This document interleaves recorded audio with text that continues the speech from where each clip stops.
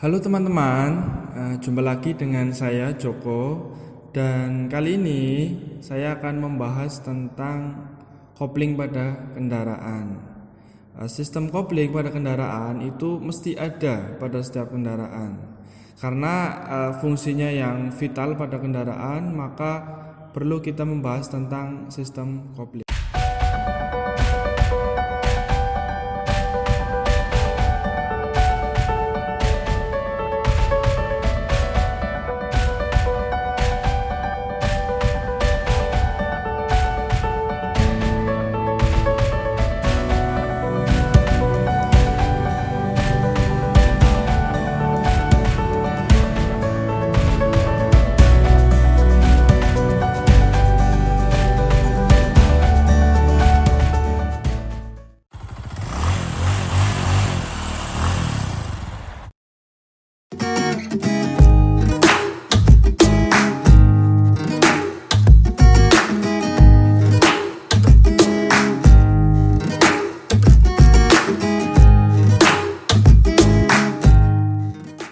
Sistem kopling itu termasuk dalam komponen sistem pemindah tenaga.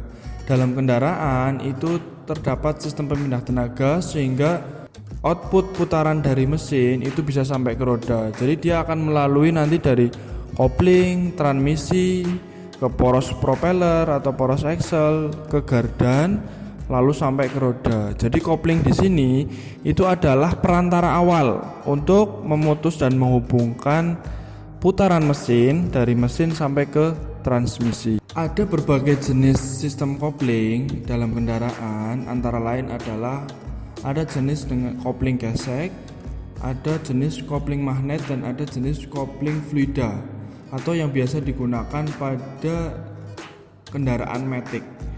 Jadi kendaraan matic bukan berarti tidak ada koplingnya, walaupun memang tidak ada pedal kopling, melainkan dia menggunakan kopling otomatis atau fluida atau biasa disebut torque converter.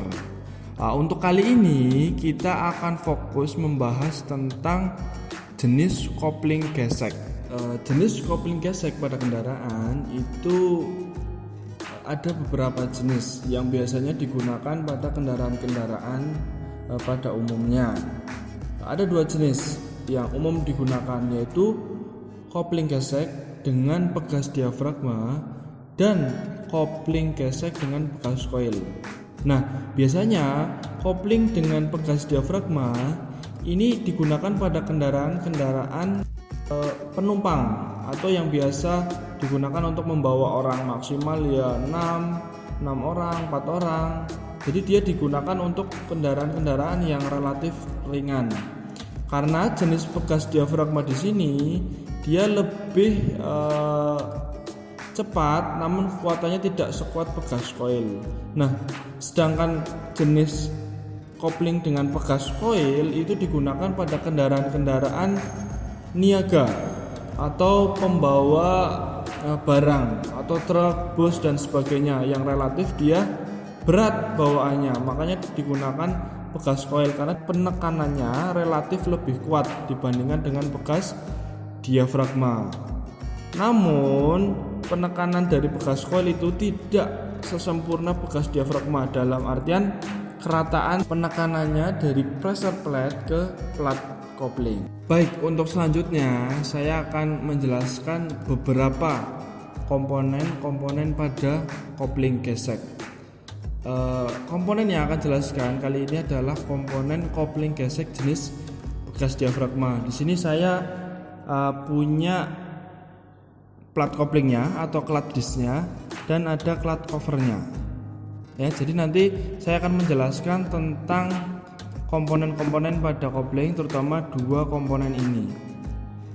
Pada dasarnya di kopling itu sebenarnya ada banyak komponen, mulai dari pedal koplingnya, ada mulai nanti penghubungnya dari pedal sampai ke release fork itu menggunakan, ada yang menggunakan hidrolis, juga ada yang menggunakan kabel atau mekanis. Jadi setelah itu nanti dari release lever dia akan ketemu dengan release bearing, dia yang akan mendorong pegas coil atau pegas diafragmanya sehingga pressure plate bisa terdorong maju atau menghubungkan atau melepaskan plat kopling atau disklat ke flywheel. Nah, itu saya akan menjelaskan tentang dua komponen pada kopling gesek ini.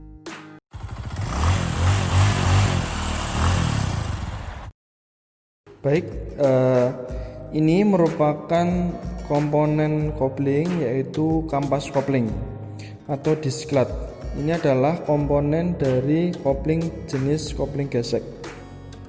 Jadi di sini adalah kampas koplingnya yang biasa kadang permukaan sininya bisa aus dan harus diganti. Jadi permukaan gesek ini yang menentukan nanti kualitas menghubung putaran dari mesin ke transmisi baik atau tidak. Jadi tergantung pada komponen ini, disklat salah satunya.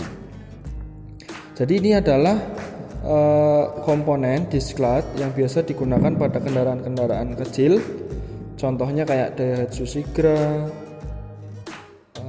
Daihatsu Xenia, Toyota Avanza, Toyota Calya. Nah, ini salah satu contoh disklatnya. Baik, saya akan menjelaskan bagian-bagian yang ada pada disklat atau kampas kopling ini. Yang pertama adalah bagian lubang di sini. Di sini, ini adalah clutch hub. Jadi ini adalah hub oler yang digunakan nanti untuk menghubungkan kampas kopling ke poros input transmisi. Jadi nanti poros input dari transmisi dia akan masuk ke dalam sini. Selanjutnya adalah ini permukaan gesek, itu biasa disebut dengan facing. Nah, permukaan gesek ini yang biasanya dia akan mengalami keausan. Jadi ini kebetulan masih tebal karena ini masih relatif baru. Nah, ini komponen facing pada disklat. Nah, ini nanti yang akan menjadi bidang gesek secara langsung antara flywheel dengan pressure plate di sini. Nah, ini facing. Yang selanjutnya ini ada torsion damper. Nah, ini torsion damper. Dia ada dua jenis torsion damper. Ada yang menggunakan jenis karet seperti ini, juga ada yang menggunakan pegas jenis torsion dampernya. Jadi ini difungsikan agar saat kendaraan berakselerasi ataupun deselerasi dia tidak terjadi hentakan yang mendadak terhadap kampas kopling. Jadi dia akan meredam getaran yang mendadak di sini torsion damper ini, sehingga getaran yang sampai ke kampas kopling dengan pressure plate itu tidak terjadi secara tiba-tiba karena diredam oleh torsion damper ini. Selanjutnya adalah ada paku rivet. Nah, ini yang menggabungkan antara facing dengan displate. Nah, di sini dia paku rivet. Nah, dia yang menggabungkan antara facing dengan displate pada kopling di sini, displate dengan facing. Nah, ini. Nah, biasanya untuk ketebalan kampas kopling atau facingnya, dia patokannya adalah paku rivet ini. Dia diukur kedalamannya apakah masih dalam standar spesifikasi atau tidak. Dan yang terakhir adalah displate. Nah, ini displate. Dia yang menggabungkan facing dengan hub di sini dan torsion damper, displate atau plate-nya atau rangka besinya. Nah, ini dia. Nah, itu adalah bagian-bagian daripada disklat atau kampas kopling pada kopling gesek. Untuk komponen yang selanjutnya yaitu ada flat cover atau rumah kopling. Nah, di sini terdapat beberapa komponen yang digunakan untuk mengcover disklat atau plat kopling dan menekan disklat saat menghubung atau memutuskan putaran.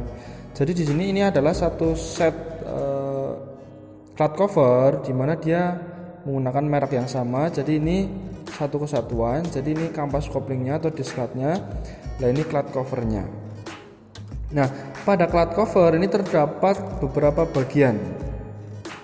Bagian ini adalah merupakan tadi yang saya sebutkan dengan bekas diafragma. Ini bekas diafragma atau diafragma spring.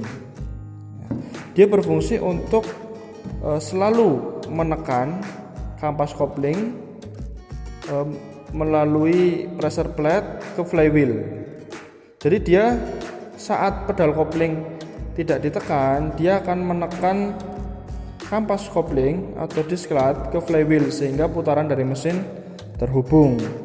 Nah ini selanjutnya adalah rumah kopling. Ini adalah yang menyatukan semua komponen pada cloud cover. Kalau kita balik, nah di sini ini udah kelihatan. Ya, ini adalah pressure plate. Nah, pressure plate ini nanti yang digunakan untuk menekan kampas kopling atau disklat ke flywheel. Jadi ini satu kesatuan seperti ini. Ya, jadi ini adalah bidang gesek dari pressure plate. Dia ini nanti yang akan menekan kampas kopling ke flywheel. Jadi ini. Nah, bekas diafragmanya dia mendorong pressure plate sehingga dia selalu tertekan terhadap flywheel. Ini adalah komponen pressure plate. Nah, ini harus dijaga kerataan dan bidang geseknya ini supaya tidak terjadi kerusakan, supaya penekanannya sempurna. Nah, di sini ada satu komponen lagi kecil. Nah, ini dinamakan dengan strap. Strap ini digunakan untuk memastikan bahwa dia setelah penekanan kopling dilakukan, dia akan kembali ke tempat semula. Jadi dia tidak terjadi deformasi. Ini tidak boleh terjadi deformasi sehingga akan menyebabkan kopling dia pada saatnya tidak ditekan malah dia bergesekan mungkin dengan kampas kopling, atau seharusnya ditekan sudah menekan, sudah membebaskan kampas kopling, ternyata dia masih terhubung dengan kampas kopling. Nah, ini yang dinamakan dengan pressure plate. Ini satu kesatuan dengan cloud cover di sini.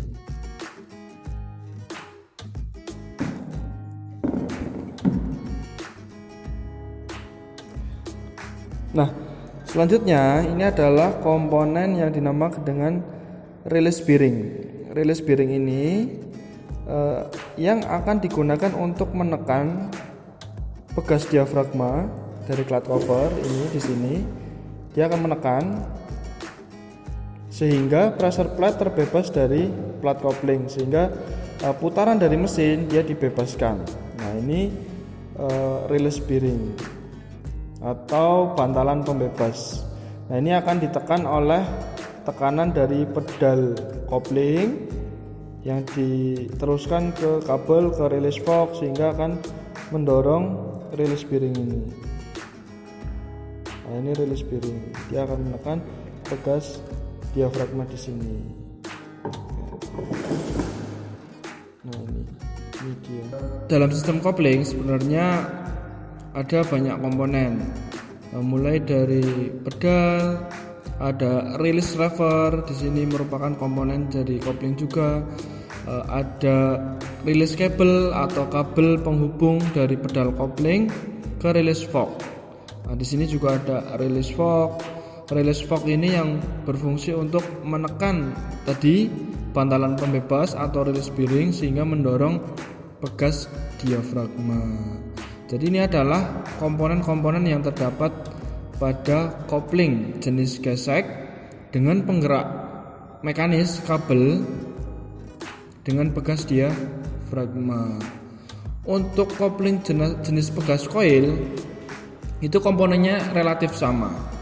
Perbedaannya hanya di jenis bekas penekannya. Jadi dia kalau yang jenis bekas coil yaitu dengan menggunakan bekas coil. Nah, itu biasanya digunakan pada kendaraan-kendaraan berat. Baik, itu saja video kali ini tentang sistem kopling. Semoga videonya bermanfaat dan dapat menambah wawasan teman-teman semua. Sampai jumpa di video selanjutnya.